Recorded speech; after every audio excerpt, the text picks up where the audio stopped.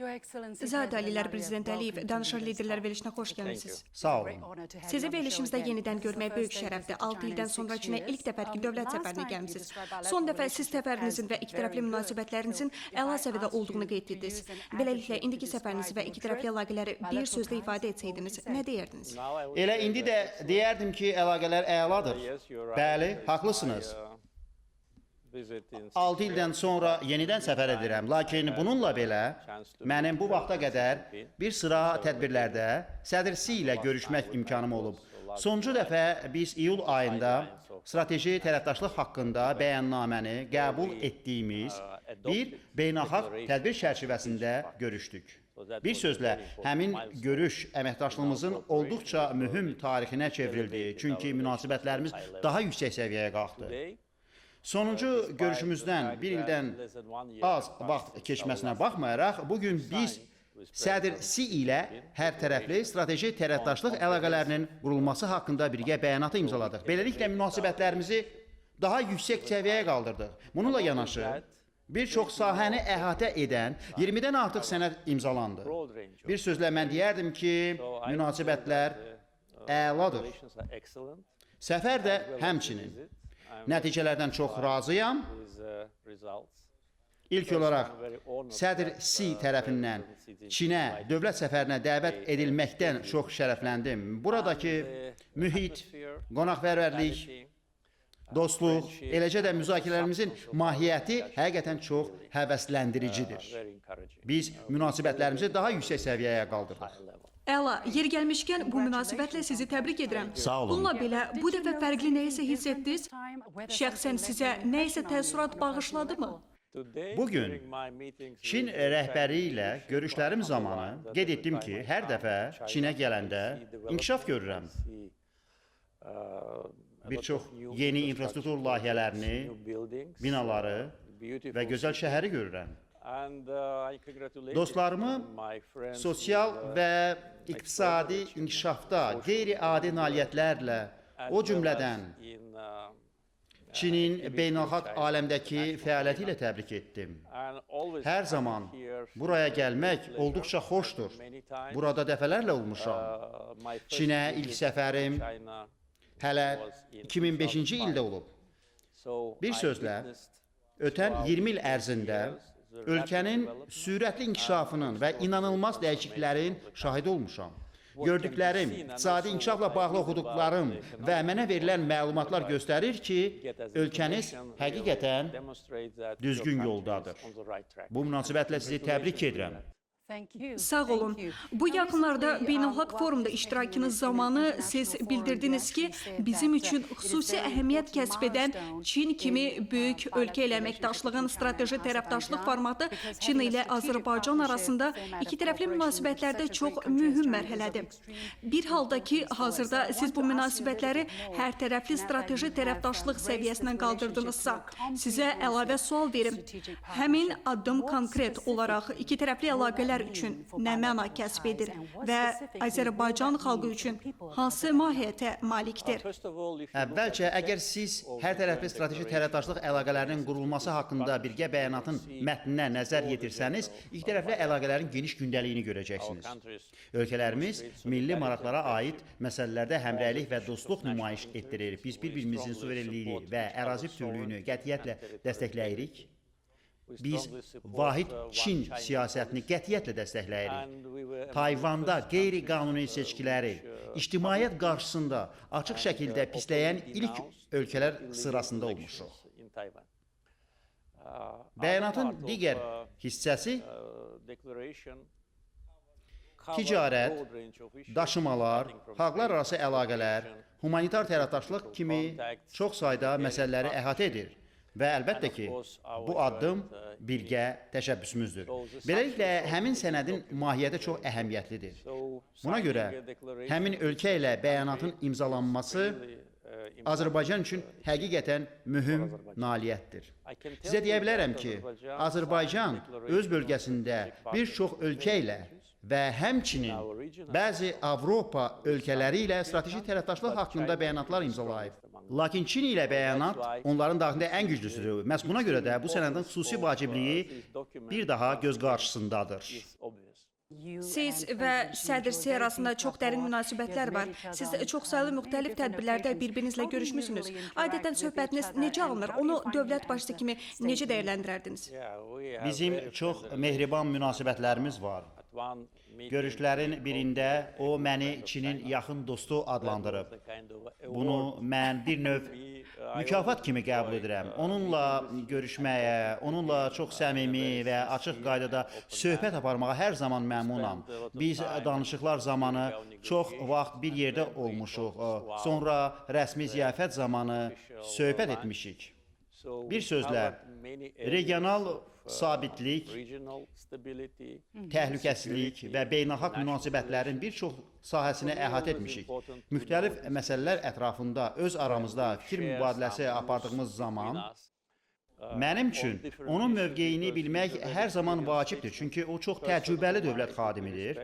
Ona böyük hörmətim var. O çox dərin biliklərə malik olan, Çinin milli maraqlarına və bütövlükdə qlobal məsələlərə gəldikdə çox qətiyyətli mövqeyi ilə seçilən insandır. Bildiyiniz kimi, Azərbaycan Sədr Sinin inkişaf, təhlükəsizlik və sivilizasiyaları ilə bağlı bir neçə təşəbbüslərə qoşulub, biz onun mövqeyinə şərikik. Bir kəmər, bir yol təşəbbüsünü açıq şəkildə dəstəkləmiş və sonradan qoşulmuş ilk ölkələrdən biri də bizik və öz ölkəmizdə xeyli infrastruktur layihələrini həyata keçirmişik. Həqiqətən, onunla görüşmək hər zaman xoşdur. O, dünyanın ən güclü ölkələrindən birinin rəhbəridir. Lakin eyni zamanda çox təvazökar, çox mehriban insandır. O elə bir mühit yaradır ki, siz onunla söhbət edəndə sanki köhnə dostunuzla danışırsınız.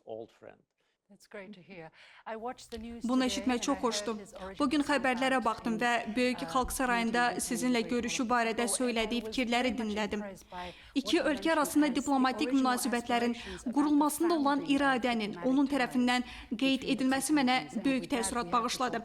Həmçinin Çin ilə dost və deyərdim ki, uzaq görən münasibətlərin qurulmasında çox əhəmiyyətli rol oynamış mərhum atanız haqqında danışmaq istərdim. O vaxt Çinin iqtisadi inkişaf baxımından keçəcəyi yol uzun idi. Amma soruşmaq istərdim. İki tərəfli əlaqələrdə bu qədər dəyişikliklər və onların bu cür səviyyəsini gördükdən sonra mərhum atanıza nə söyləyərdiniz? Tam haqlısınız. O, iki ölkə arasında münasibətlərin möhkəm təməl üzərində qurulmasında mühüm rol oynamışdır. O, prezident olanda ilk səfərlərindən birini Çinə etdi. Zənnimcə bir ildən sonra Çini ziyarət etdi. 90-cı illərin əvvəlində. Bəli, zənnimcə 94-cü il idi. O gündən bu münasibətlər quruldu. Onun irsi bizim hamımız üçün əzizdir. Biz onun yolunu davam etdiririk. O cümlədən xarici siyasət prioritetlərində. Bu prioritetlər arasında Çin xüsusi yer tutur. Əlbəttə ki, ötən 20 ildə dünya dəyişib, Azərbaycan dəyişib. Lakin prioritetlər dəyişməyib. Odur, düşünürəm ki, əgər atam cənnətdən baxaraq bizim harada olduğumuzu görə bilsəydi, o Azərbaycana və Çin-Azərbaycan münasibətlərinə görə qürur duymuş olardı. Siz atanızın başladığı islahatlardan danışdınız. Siz də geniş islahatlar həyata keçirməyə başlamışsınız. Resursların ixracı ilə məşğul olan ölkənin müasir və yaşıl sənayələrin qurulmasına keçidi barədə məlumat verə bilərsinizmi? Bu istiqamətdə bizə nə söyləyə bilərsiniz? Çin bu prosesdə hansı rol oynayıb? Çinin nümunəsi, müasirləşməsi və apardığı islahatlar bir çox ölkələri ilhamlandırır. Bu, ölkələrin həmin təcrübədən necə istifadə etməsindən, müxtəlif ölkə liderlərinin, digər ölkələrin müsbət təcrübələrindən necə öyrənməsindən asılıdır. Sizə deyə bilərəm ki, Çinin keçdiyi tərəqqi yolu bizim üçün ilham mənbəyi olmuşdur. Mənə gəldikdə, səlahiyyətlərimə başlayanda mənim əsas məqsədim ölkədə siyasi və sosial sabitliyi qorumaq idi. O vaxt ölkə çox yoxsul idi. Əlbəttə ki, bizə müdaxilələr olunurdu. Yürütdüyümüz siyasətə təsir göstərmək cəhdləri edilirdi.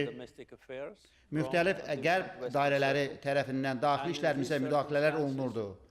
Belə bir vəziyyətdə siyasi sabitliyi və təhlükəsizliyi qorumaq bir nömrəli vəzifə idi.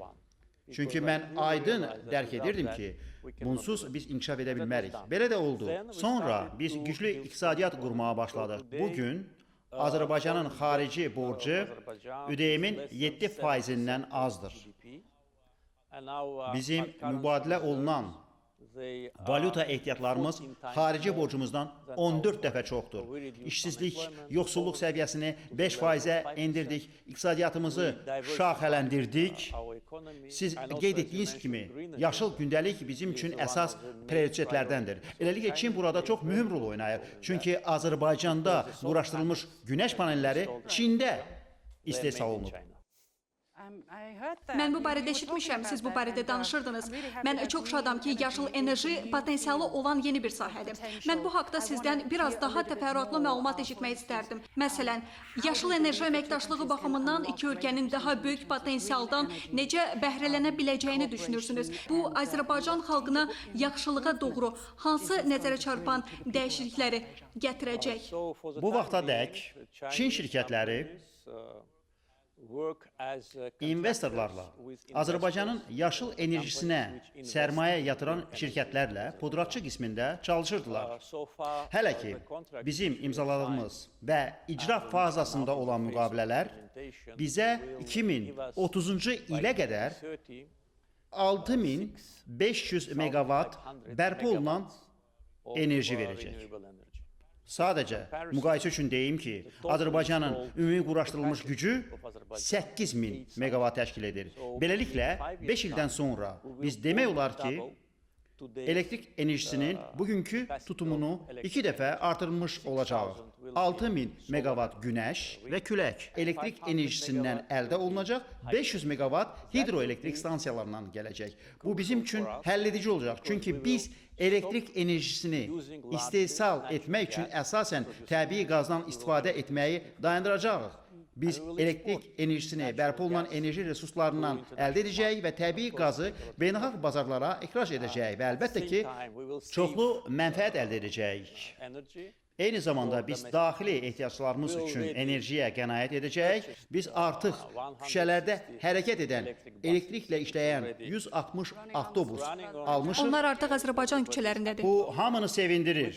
Biz əlavə 200 avtobusun alınması üçün podrat müqaviləsi bağlamışıq. Ən vacibi isə odur ki, ümidvaram ki, biz bu il Azərbaycanda ildə 500 avtobus istehsal etmək gücündə olan BYD-nin elektrik avtobuslarının birgə istehsalına başlayacağıq. Odur ki, bizim planımız Bakının ictimai nəqliyyat sistemini, sonra isə Azərbaycanın bütün digər şəhərlərini tamamilə yaşıl nəqliyyata çevirməkdir. Beləliklə, bizim bərpa olunan enerji resursları ilə bağlı iki tərəfli əlaqələr istiqamətində işləmək üçün həqiqətən də nadir fürsət var. Çünki bu məsələ bizim strategiyamıza və sizin gündəliyinizə uyğundur. Bugün hər tərəfli strateji tərəfdaşlıq haqqında sənədin imzalanması belə təşəbbüsə əlavə siyasi təkan verəcəkdir. Bilirsiniz, cənab prezident, biz danışırıq və mən sanki susamışam. Yanımızda çay var. Bilirəm nəyi nəzərdə tutursunuz. Bilirəm. Bayaqdan ona baxıram. Sizin şərəfinizə. Sizin şərəfinizə. Həqiqətən də ləzzizdir. İlk dəfədir ki, Azərbaycan çayının dadına baxıram. Doğrudan? Bəli, stəkan çox gözəldir. Bunun nə olduğunu bilmək istəyirəm. Bəli, bu milli stəkandır. Bilirsiniz, onun forması zənnimcə armuda bənzəyir. Beləliklə, stəkanın forması əslində çayın isti qalması üçün nəzərdə tutulub. Çünki adətən biz çayı çox qaynar içirik. Anladım. Beləliklə, çay soymur, stəkanın bu forması aşağı hissəni qaynar saxlayır. Anladım. Əlbəttə ki, bu forma dada əlavə rəng qatır. Lakin mən Çində çayın o qədər də qaynar verilmədiyini görmüşəm. Bu elədir. Bizdə də çay çox qaynar verilir. Ola bilsin ki, siz qonaq olduğunuz üçün onlar sizə zərər dəyməsin deyə çay qaynar vermirlər. Çünki çox nəzakətli və ehtiyatlı davranırlar. Lakin çay nöqteyi nəzərindən bizim çoxlu oxşarlıqlarımız var. Məsələn, hamımız çay içməyi sevirik, lakin fərqli bir təamlarla. Bu da bizi bir çox məsələlərə gətirib çıxarır. Bilirsiniz, qədim İpək yolu, məsələn, mən o haqqında danışa bilərəm. Ya da biz xalqlar arası mübadilələr, turizm haqqında danışa bilərik. Bilirəm ki, ölkəniz artıq bir ildir ki, bir tərəfli olaraq Çinli turistləri viza almaq tələbindən azad edib. İndi isə bu səfərdə bizimlə ən son xəbərləri paylaşmaq istərdinizmi? Bəli, bugün hər bir pasport sahibi, hər bir sıravi vətəndaş üçün tamamilə vizasız rejimin tətbiq olunması ilə bağlı sənədin imzalanması möhtəşəm bir xəbərdir. Bu qarşılıqlı addımı atdıqları üçün Çinli dostlarımıza minnətdarıq. Siz də düzgün qeyd etdiyiniz kimi, keçən il biz bitərəfli qaydada Çin vətəndaşlarını viza almaq tələbindən azad etdik. Bu ilk dəfədir ki, baş verir. Azərbaycan ilk dəfədir ki, xarici ölkəyə qarşı belə bir təşəbbüslə çıxış İlk edir. dəfədir ki, bitərəfli qaydada. Deməli, Çinə həqiqətən də xüsusi münasibət göstərilmişdir. Bəli, bu doğrudur. Adətən biz bunu həmişə iki tərəfli əsasda edirdik. Lakin bu halda biz dostluğumuzu və səmimiliyimizi nümayiş etdirmək üçün bunu bir tərəfli qaydada etdik. Bugün həmçinin həmkarlarımla avia reyslərin sayının artırılması barədə danışdıq. Hazırda düşünürəm ki, həftədə 6 və 7 avia reys həyata keçirilir.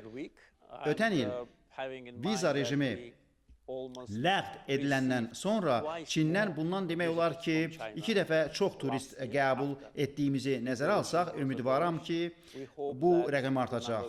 Bugün mən öyrəndim ki, 150 milyon Çinli xaricə səfər edir.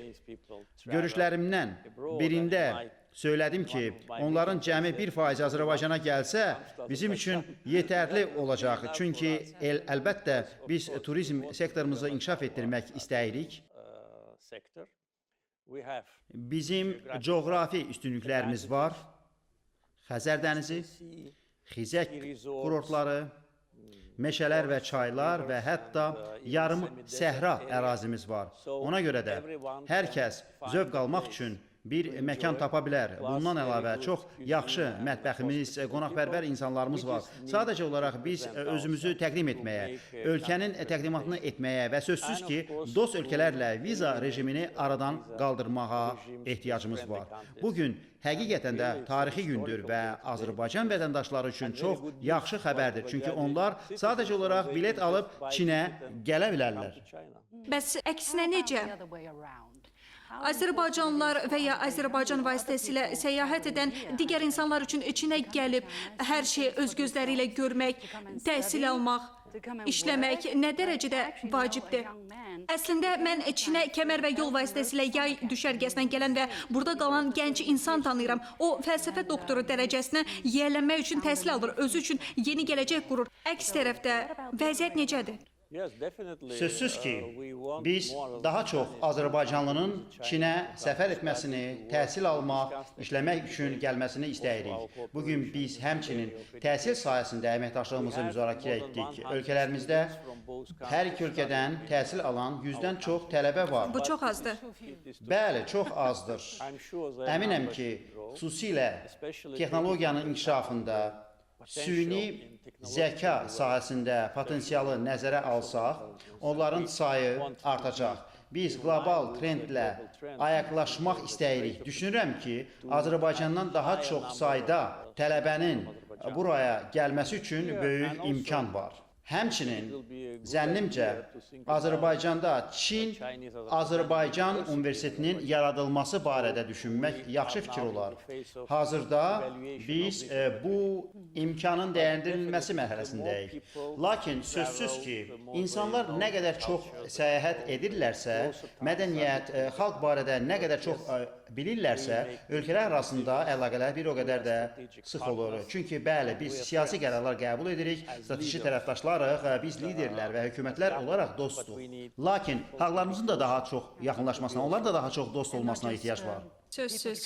Söhbət təkcə insanların səyahətindən getmir, həm də yüklərin daşınmasından gedir və Azərbaycan, icazə verin bir qurtum da içim. Həqiqətən də ləzzizdir. Düşünürəm ki, kiçik bir limon dilimi biraz şəkərlə bilirəm. daha yaxşı olar. Yeri gəlmişkən, bunlar Azərbaycan məhsulları. Yeri gəlmişkən Azərbaycanın mineral suyu da çox Azərbaycan yaxşıdır. çayı fərqli bir tam. Bəli, sağlamlığınız üçün çox yaxşıdır. İsti su. İsti su deməkdir. Demək olar ki, qaynar bulaqdan çıxır. Yaxşı. Mən əminəm ki, Çinlilər bu məhsulu tapmaq üçün öz Taobao və JD hesablarında araşdırıb baxacaqlar. Bəli, həqiqətən də demək istəyirəm ki, malların daşınması baxımından Azərbaycan Çinlə əlaqələri xeyli inkişaf etdirib. Çin Azərbaycanın 5 ən böyük ticarət tərəfdaşından biridir. Artıq 4 ən böyük tərəfdaşdan biridir.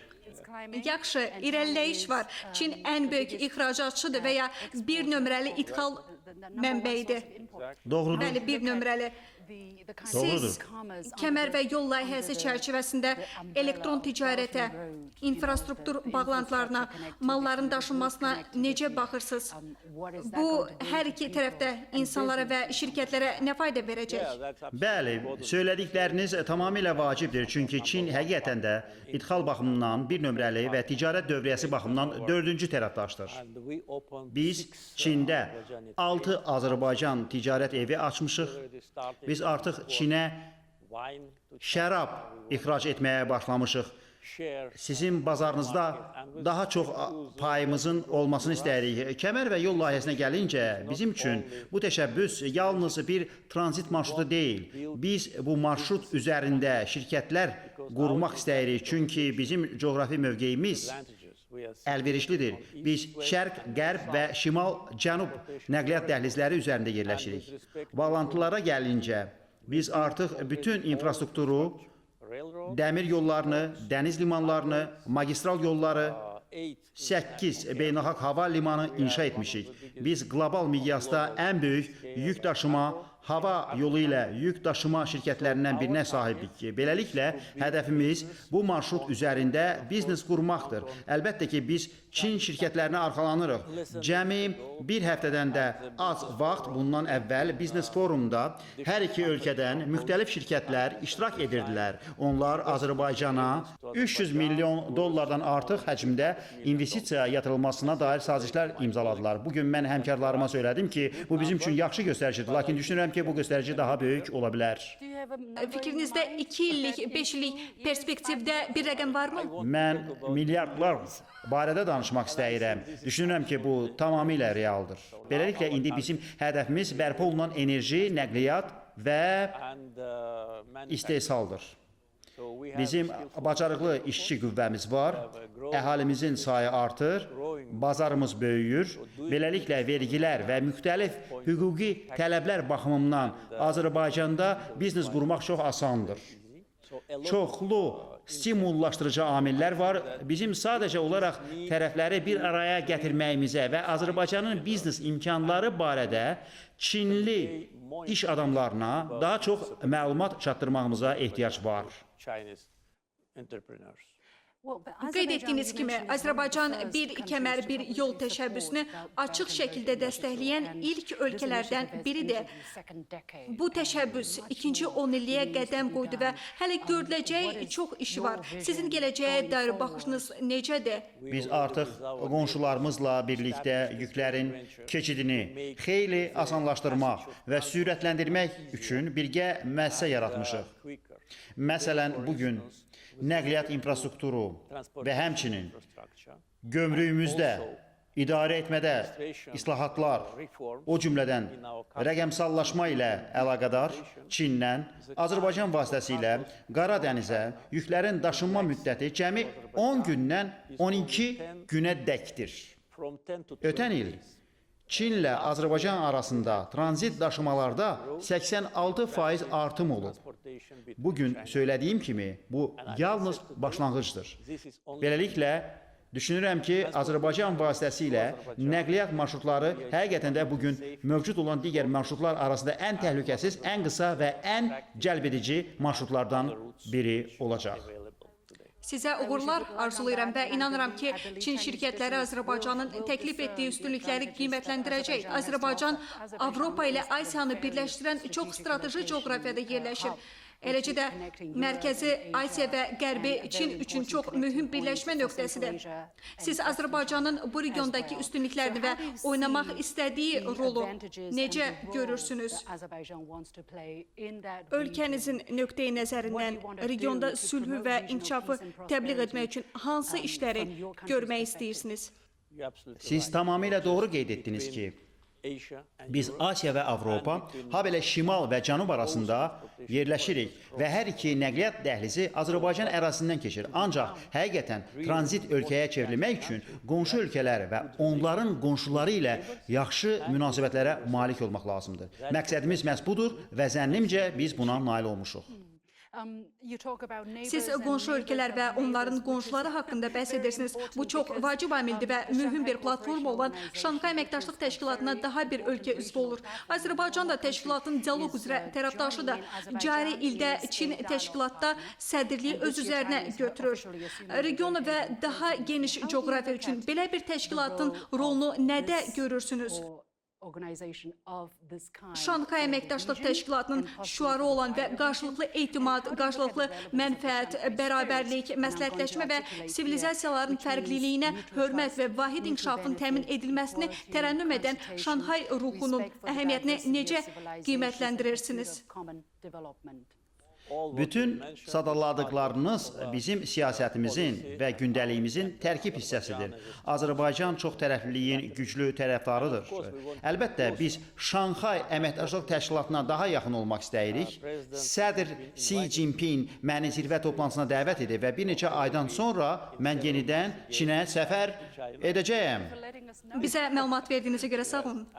Bəli. Hesab edirəm ki, bizim təşkilatla yaxınlığımız həm təşkilat, həm də Azərbaycan üçün faydalı olar. Çünki biz Xəzərin qərb sahilində yerləşirik. Eyni zamanda Azərbaycan güclü siyasi münasibətlərə və nəqliyyat layihələrinə malik Cənubi Qafqaz ölkəsidir. Çinlə strateji tərəfdaş olmağımız Şanxay Əməkdaşlıq Təşkilatının çətiri altında əməkdaşlığımız baxımından bizə bir çox imkanlar açır. Ölkəniz həmçinin bugün dünya üçün vacib olan qlobal Cənubun üzvüdür. Çin və Azərbaycan kimi ölkələrin səylərini birləşdirərək çox tərəfli müstəvidə əməkdaşlıq etmək potensialını necə qiymətləndirirsiniz? Çünki biz bir tərəfli addımların və bir tərəfli tendensiyaların şahidi oluruq. Potensial nədən ibarətdir və birlikdə biz hansı rolu oynaya bilərik? Zənnimcə biz proaktiv olmağa, yəni öncədən tədbir görməyə davam etməliyik. Azərbaycan qlobal Cənubun fəal üzvüdür. Biz bunu yalnız qoşulmama hərəkatındakı sədrliyimiz deyil, həmçinin COP29-dakı sədrliyimiz zamanı nümayiş etdirdik. Azərbaycan COP29 konferansına ev sahibliyi etdi. Orada şəxsən mən qlobal Cənubun maraqlarını müdafiə etdim və iqlim dəyişikliyi ilə əlaqədar qlobal Cənuba aid bəzi dövlətlərin mövcudluğuna olan təhlükələrlə bağlı narahatlığı ifadə etdim. Azərbaycan Çini qlobal Cənubun lideri hesab edir və bu barədə sizin artıq qeyd etdiyiniz prinsiplər əsasında ölkələrin birləşdirilməsi baxımından Çin xüsusi rol oynayır. Qoşulmama hərəkatının Bandung prinsipləri adlandırılan prinsipləri sizin dediklərinizi tam əks etdirir. Bununla yanaşı suverenlik, ərazi bütövlüyünə hörmət, daxili işlərə qarışmama, bərabərlik, çox tərəflilik və heç bir ölkə və ya ölkələr qrupunun digərləri üzərində dominantlığına yol verilməmə prinsipləri bizim üçün vacibdir. Biz onları öz milli maraqlarımız baxımından müdafiə edirik və beynəlxalq birliyin fəal üzvüyük. Prezident Əliyev, çox təşəkkür edirəm. Sağ olun.